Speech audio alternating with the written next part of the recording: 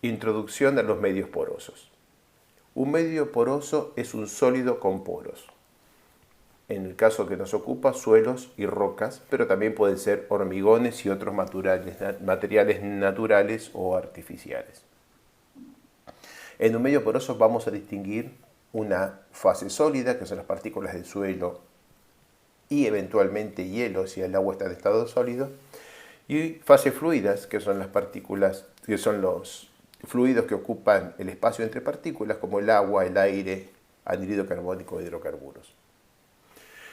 Para un medio poroso necesitamos definir el volumen elemental representativo, que es el tamaño de muestreo, la escala de observación del medio poroso en el cual podemos definir que las propiedades físicas, mecánicas e hidráulicas varían en forma suave. En este ejemplo ponemos un primer cuadradito como volumen elemental representativo.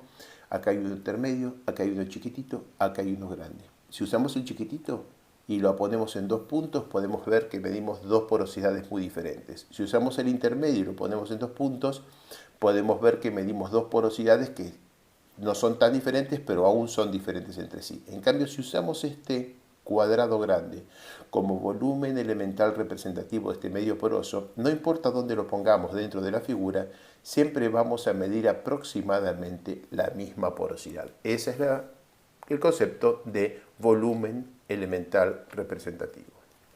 Aplicando este concepto a un medio poroso sometido a tensiones, vamos a encontrar que pasamos del lado izquierdo, donde cada partícula tiene fuerzas, y además está la presión del aire y del agua entre las partículas, al lado derecho, donde todavía está la presión del aire y del agua, porque son medios continuos a izquierda y a derecha, pero la presión de las partículas se ha convertido en una tensión intergranular, que es la suma de la fuerza sobre toda el área de nuestro análisis.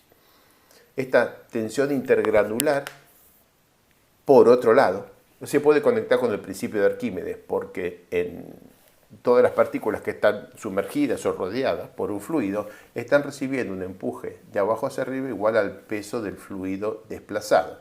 Entonces, si miramos aquí una partícula cualquiera rodeada de agua que tiene una presión, está recibiendo un empuje de abajo hacia arriba igual al peso del agua que desplaza.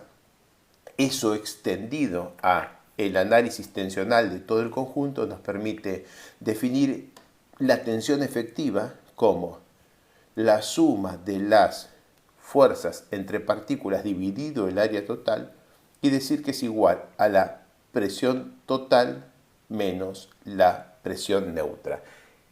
Esta fórmula, tensión efectiva igual a tensión total menos tensión neutra, no es la aplicación del principio de Arquímedes.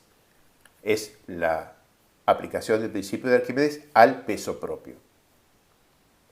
Vamos a hacer una crítica al concepto de tensión efectiva. Es un concepto simple, pero cuestionado, porque asume que hay un medio saturado y agua y granos perfectamente incompresibles, dado que está básicamente aplicando Arquímedes grado a grado. En muchas aplicaciones de la geomecánica computacional, el empleo de la tensión efectiva limita la capacidad predictiva. Aquí hay 3 gráficos que son muy interesantes para comprender el problema. Antes del descubrimiento de la tensión efectiva, se intentaba medir el efecto de un cambio de tensión sobre un cambio de volumen y se veía que los suelos secos y saturados tenían comportamientos totalmente diferentes y se imaginaba que eran materiales diferentes. Con el advenimiento del concepto de tensión efectiva se descuenta el efecto de la presión del agua, entonces ya lo que queda es presión efectiva versus cambio de volumen y se ve una mucho mejor ajuste, comparación entre el comportamiento de los suelos secos y saturados. Sin embargo, todavía esto tiene un cierto grado de error que siempre fue tolerado, admitido para los primeros cálculos al inicio de la geotecnia, pero con la geomecánica computacional hay que trabajar un poco más sobre esto. Si uno toma la presión total y le descuenta la fracción de la presión efectiva que tiene en cuenta la rigidez de la propia partícula de suelo comparada con la rigidez del conjunto, esto es un concepto de Skempton, entonces el ajuste es muchísimo mejor. Pero esta definición de tensión efectiva ya tiene incorporados dentro propiedades de los materiales.